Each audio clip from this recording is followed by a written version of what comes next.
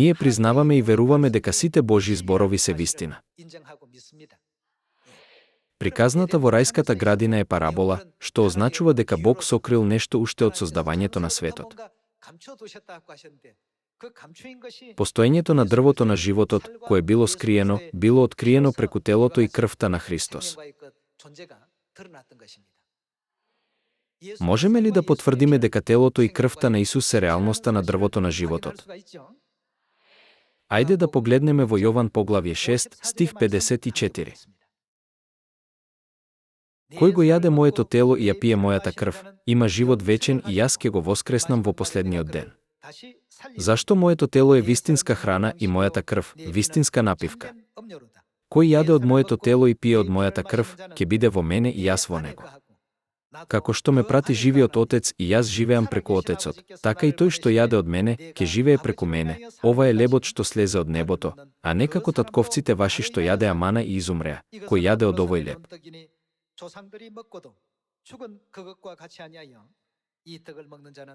До кога ќе живее довека?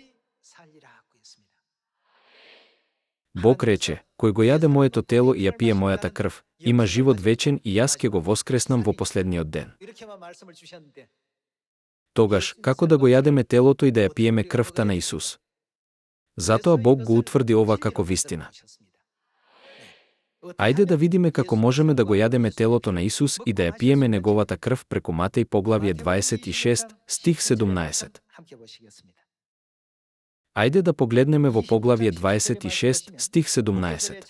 А во првиот ден на празникот бесквасници пристапија кон Исус учениците и му рекоа: каде сакаш да ти приготвиме да јадеш Пасха? Дали постои врска помеѓу Пасхата и телото и крвта на Исус? Да, постои. Стих 18. Тој им рече: одете в град кај тој и тој човек и кажете му: учителот вели, времето ми наближи, кај тебе ќе ја прославам Пасхата со учениците своји. Што рече тој дека ќе направи? Исус ја празнувал Пасхата. Тогаш, ако оние кои веруваат во Исус денес не ја слават Пасхата, тие признаваат дека навистина не веруваат во Исус. Исус јасно рекол: одам да ја прославам Пасхата во вашата куќа. Важно не е местото, туку дали го задржал или не, нели? Ајде да преминеме на стих 26 за да видиме како да ја чуваме Пасхата. Во стих 26 е напишано: и кога јадеа, Исус зеде леб, го благослови, го прекрши и откако им го даде на учениците, рече: земете, јадете, ова е моето тело. Што е ова?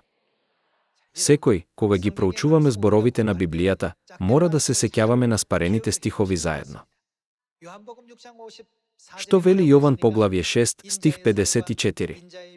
Зарем не пишува: кој го јаде моето тело и ја пие мојата крв, има живот вечен? Тогаш, што рекол Исус дека е неговото тело? Тој им даде пасхален леб на своите ученици, велејки: ова е моето тело. Во стих 27 е напишано: и кога ја зеде чашата, заблагодари, им даде и рече: ова е чашата со пасхалното вино, нели?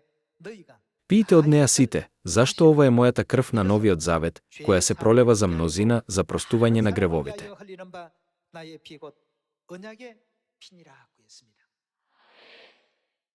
Пасханиот леб го представува Исусовото тело, а пасхалното вино ја представува крвта на Исус. Кој јаде пасхален леб и пие пасхално вино, што враќа изгубеното во рајската градина? Тоа резултира со јадење и пиење од дрвото на животот.